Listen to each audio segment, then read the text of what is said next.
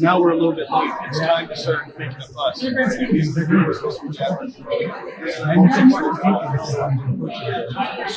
are you going to be telling the truth about what's going on here today? The Indian diaspora that's causing all the problems? Really? Come on, man. Excuse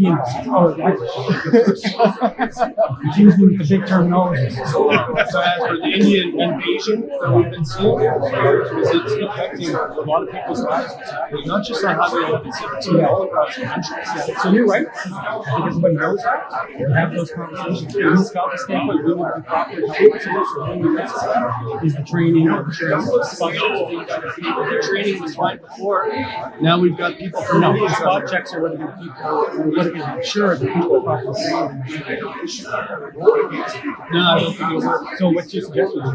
Remigration. Yeah, get them out of here. It's not practical, unfortunately. I mean, it's not practical. What do they gather there and send it? Yeah, there's 2 million people here right now that came from the temporary foreign workers permits that shouldn't be here. And they're getting jobs illegally with these trucking companies because they're forced into that position. Sure, you hit the federal government.